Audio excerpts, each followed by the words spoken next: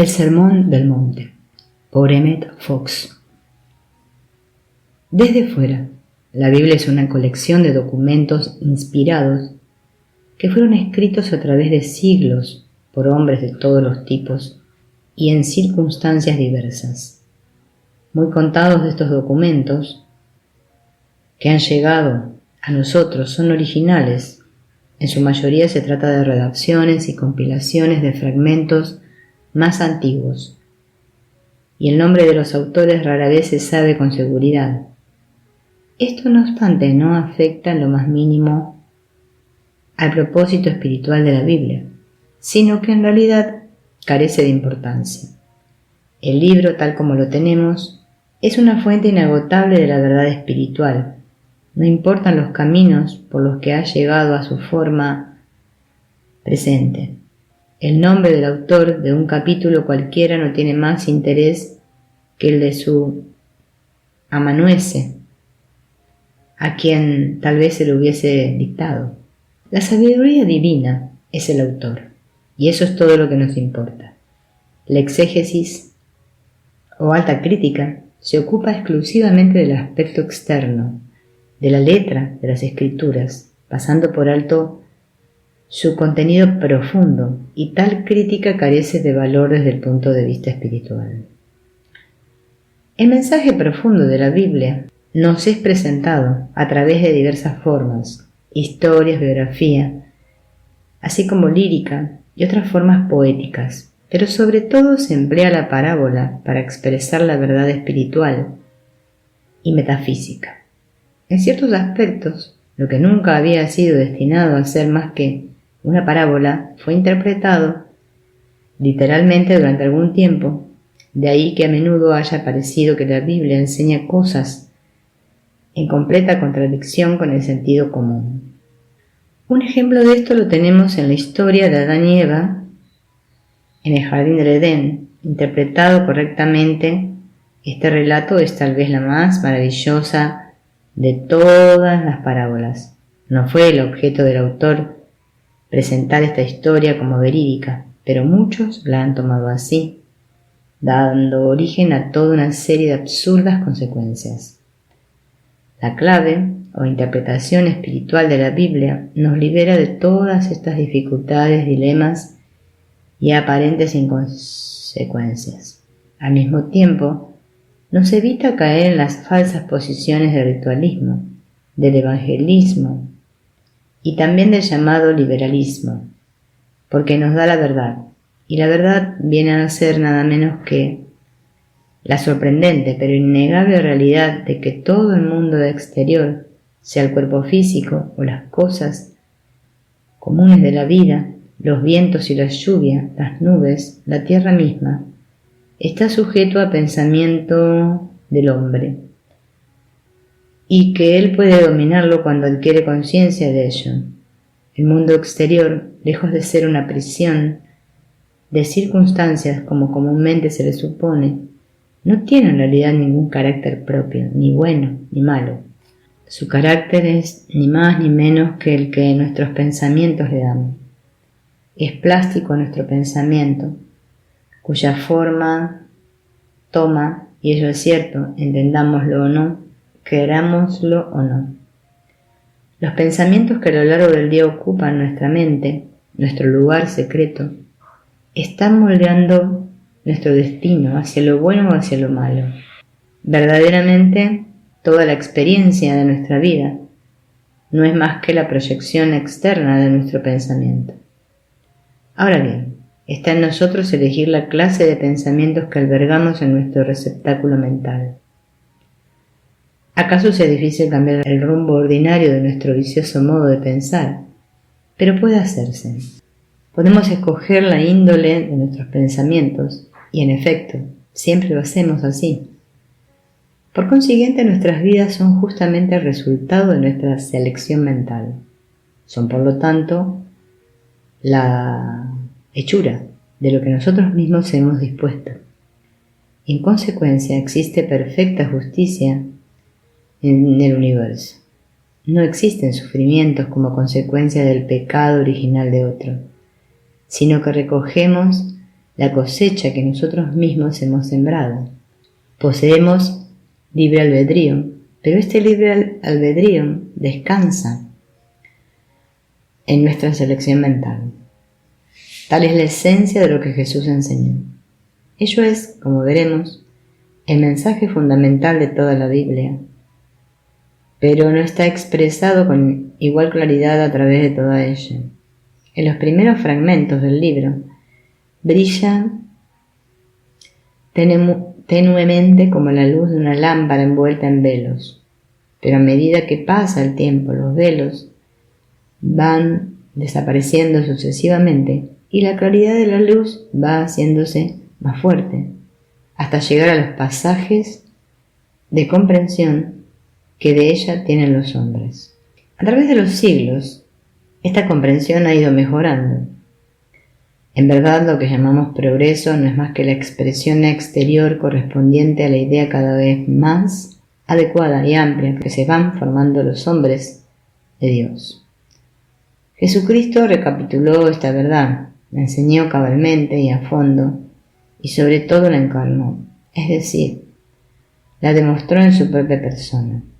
Ahora muchos de nosotros podemos comprender intelectualmente lo que debe significar la plenitud de este mensaje, de lo que sucedería si se llegara a alcanzar una comprensión completa del mismo. Pero lo que podemos demostrar es algo muy diferente. Aceptar la verdad es el primer paso, pero poco hemos adelantado hasta que no la probemos en nuestras acciones cotidianas.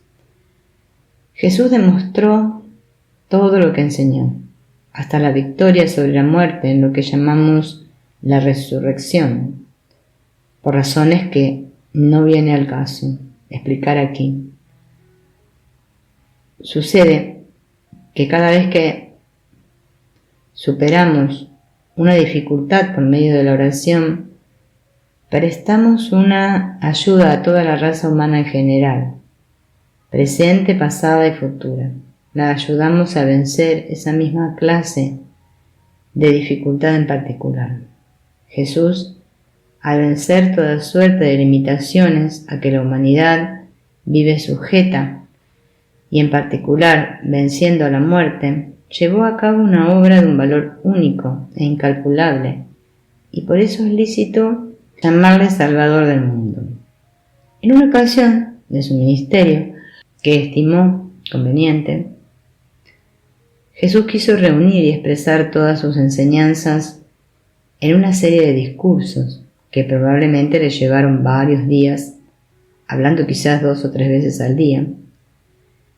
Este ordenamiento ha sido comparado en ocasiones y con bastante exactitud a cierto sistema de escuelas de verano que tenemos hoy día.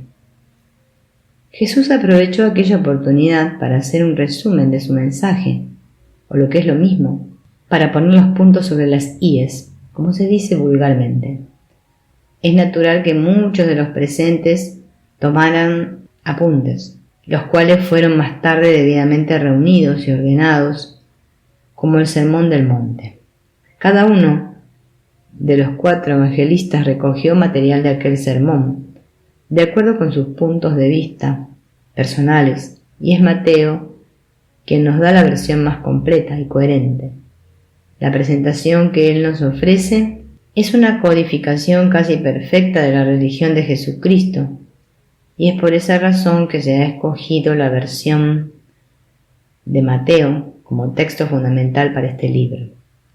Mateo contiene lo esencial, es personal y práctico, es conciso y específico, y no obstante su enseñanza es pictórica de luz. Una vez que el sentido de sus conceptos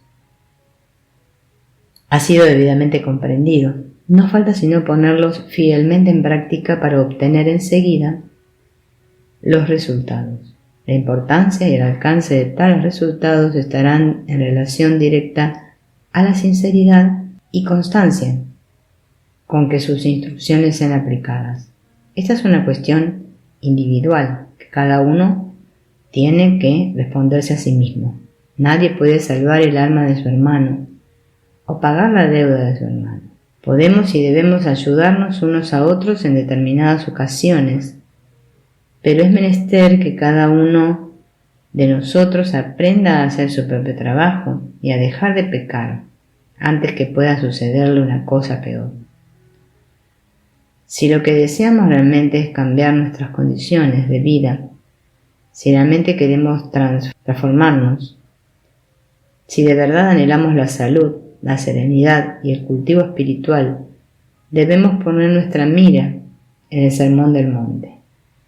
Porque allí Jesús nos dice lo que tenemos que hacer.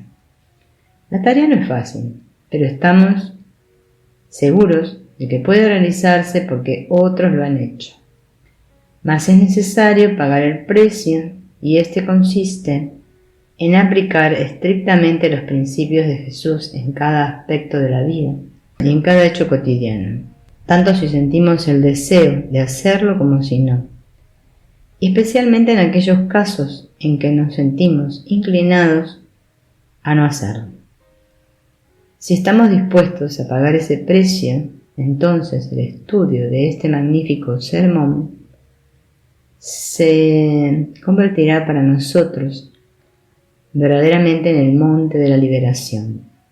Capítulo 2. Las bienaventuranzas. Y viendo la muchedumbre, subió a un monte, y sentándose, se acercaron a él sus discípulos, y abriendo su boca, les enseñaba diciendo: Bienaventurados los pobres en espíritu, porque de ellos es el reino de los cielos. Bienaventurados los que lloran, porque ellos serán consolados. Bienaventurados los mansos, porque ellos heredarán la tierra. Bienaventurados los que tienen hambre y sed de justicia, porque ellos serán saciados. Bienaventurados los misericordiosos, porque ellos alcanzarán misericordia. Bienaventurados los limpios de corazón, porque ellos verán a Dios. Bienaventurados los pacíficos, porque ellos serán llamados hijos de Dios. Bienaventurados los que padecen persecución por causa de la justicia, porque de ellos es el reino de los cielos. Bienaventurados seréis cuando os vituperaren y os persiguieren, y dijeren de vosotros todo mal por mi causa mintiendo.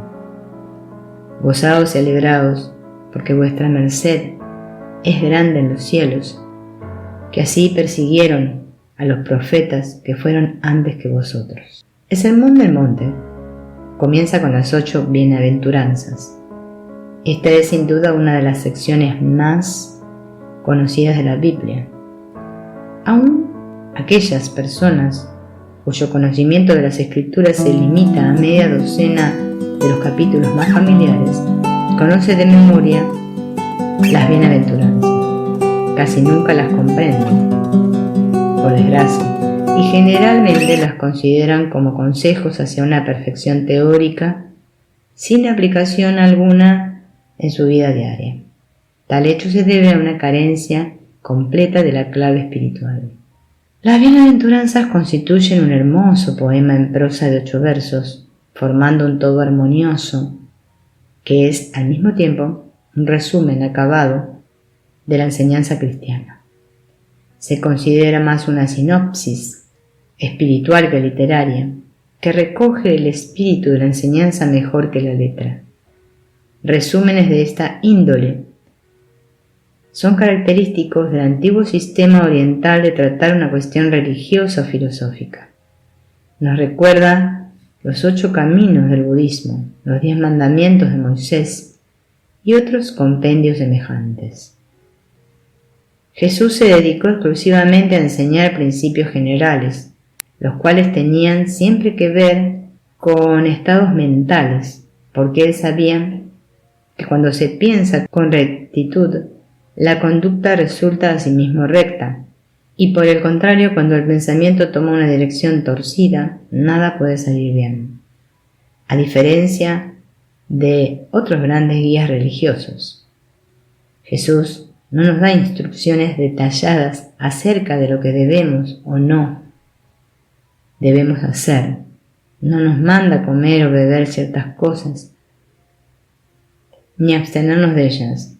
No nos ordena cumplir tales o cuales observancias, rituales en determinados tiempos o estaciones.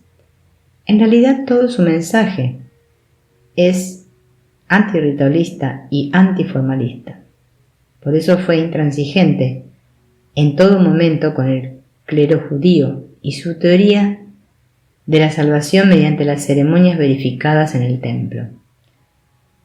Es llegada la hora en que ni en este monte ni en Jerusalén adoraréis al Padre, pero ya llega la hora y ahora es cuando los verdaderos adoradores adorarán al Padre en espíritu y en verdad, pues tales son los adoradores que el Padre busca. Dios es espíritu y los que le adoran han de adorarle en espíritu y en verdad. Los fariseos, con su terrible y detallado código de requisitos externos, fueron los únicos contra quienes Jesús mostró una completa intolerancia. Un fariseo escrupuloso de aquel tiempo, la mayoría de ellos eran extremadamente estrictos, tenía que dar cumplimiento cada día a un sinnúmero de detalles exteriores para alcanzar conciencia de que había satisfecho las exigencias de su Dios. Un rabí contemporáneo ha calculado el número de tales requisitos en unos 600, y como es obvio que ningún ser humano podría llenar cumplidamente una responsabilidad semejante, la consecuencia natural sería que la víctima, sabiéndose siempre muy lejos del exacto cumplimiento de su deber, viviera perennemente bajo un crónico sentimiento de pecado. Ahora bien, creerse pecador equivale prácticamente a ser pecador con todas las consecuencias que se derivan de tal condición. La ética de Jesús contrasta con todo esto. Su objeto es precisamente liberar al corazón de poner su confianza en cosas externas, sea para lograr recompensas temporales o para alcanzar la salvación espiritual. Él quiere llevarnos a una actitud mental completamente nueva, y esto es lo que las bienaventuranzas nos muestran gráficamente.